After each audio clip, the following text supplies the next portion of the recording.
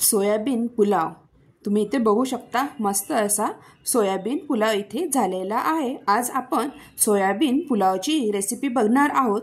खायला एकदम टेस्टी। पोळी भाजीचा कंटाळा आला असेल तर अशा वेळेस हा सोयाबीन पुलाव खायला टेस्टी व करायलाही सोपा। चला मग आपण रेसिपीला सुरुवात करूया। इथे मी काही सोयाबीन घेतलेले आहे।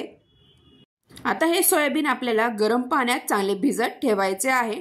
पाणी उकळले की त्यामध्ये मी हे सोयाबीन टाकून दिलेले आहे। आता चांगले मिक्स करून आपल्याला त्यावर एक ताटली ठेवायची आहे, जेणेकरून हे सोयाबीन पूर्ण पाण्यात बुडले जातील व त्यावर काहीतरी वजन आपल्याला इथे ठेवायचं आहे। आता हे सोयाबीन चांगले भिजल्यानंतर तर बघा छानपैकी इथे सोयाबीन भिजलेले आहेत। 10 ते 15 मिनिटं हे सोयाबीन चांगले भिजले गेलेले आहेत गरम पाण्यात। आता आपल्याला हे पिळून काढायचे आहे एका ताटलीमध्ये। ते सोयाबीनचे पाणी सगळं पिळून मी इथे काढलेले आहे। आता आपल्याला इथे पुलाव बनवायसाठी काय काय साहित्य लागायचे ते बघूयात। इथे मी काही भाज्या घेतलेल्या आहेत। इथे 2 कांदे घेतलेले आहेत मोठ्या साईजचे उभे चिरून, तोंडलीची भाजी चिरून उभी, तसेच गाजर आणि फरसबीच्या शेंगा घेतलेल्या आहेत आणि काही वटाणे इथे घेतलेले आहेत। आता मी इथे 3 वाटीच्या प्रमाणात इथे बासमती तांदूळ घेणार आहे। आता हा बासमती तांदूळ आपल्याला 2 पाण्याने धुवून घ्यायचा आहे। जास्त धुवायची गरज नाही, नाहीतर बासमती तांदूळाचा वास हा निघून जातो। इथे 3 वाटी एवढे बासमती तांदूळ आपले घेऊन झालेले आहेत। आता हे तांदूळ धुतल्यानंतर आपल्याला अर्धा तास चांगले भिजत ठेवायचे आहे। छान असा बासमती तांदूळ इथे वासाचा घेतलेला आहे। आता हा धुवून साईडला अर्धा तास भिजत ठेवायचा आहे। तोपर्यंत आपण बिर्याणी पुलाव करायला घेऊयात। आता यामध्ये मोठं मी असं पातेलं घेतलेलं आहे। 3 वाटी म्हटल्यावर 7 ते 8 माणसासाठी भरपूर होतो हा पुलाव।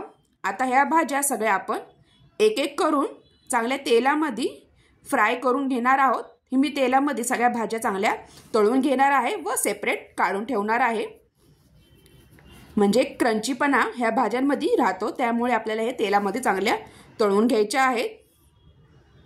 आता सगळ्या भाज्या टाकल्यानंतर छानपैकी मी इथे 5 ते 10 मिनिटं हे तेलामध्ये चांगल्या तळून घेणार आहे ह्या भाज्या। आता वीकेंड वगैरे असल्यावर आपण काहीतरी हलकं फुलकं असं जेवण करत असतो, त्यावेळेस अशा प्रकारे सोयाबीन पुलाव करायलाही सोपा व हलकं फुलकं आपलं जेवणही होते। आता ह्या भाज्या चांगल्या तळून निघालेल्या आहेत तेलामध्ये। आता मी एका प्लेटमध्ये ह्या सगळ्या भाज्या काढून घेणार आहे व त्याच पातेल्यात आता आपल्याला थोडंसं मी इथे 2 चमचे एवढे तूप घालणार आहे। तुपामुळे टेस्ट बिर्याणीला पुलावला छान येते। तर तूप टाकल्यानंतर थोडंसं गरम झाल्यानंतर त्यामध्ये आपल्याला 3-4 पानं तमालपत्राची टाकायची आहे।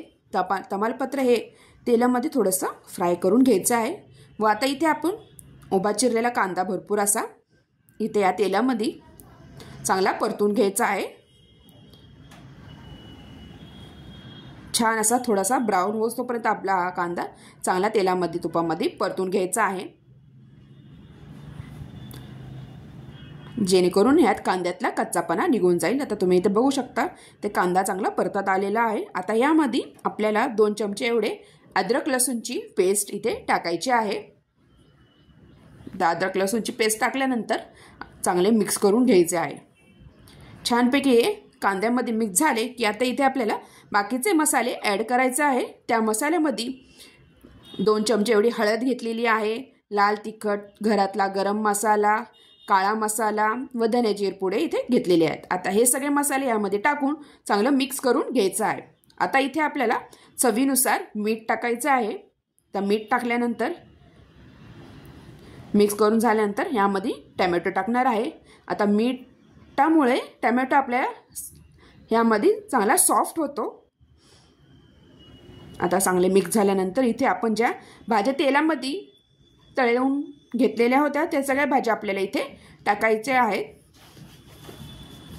तर मिक्स करून झाल्यानंतर इथे मी आपण जे सोयाबीन भिजत ठेवले होते चांगले ते पाणी पिळून काढले होते ते सगळे सोयाबीन आपल्याला इथे यामध्ये टाकून चांगलं मिक्स करून घ्यायचं आहे, जेणेकरून हा मसाला ह्या सोयाबीनमध्ये चांगला मुरला जाईल।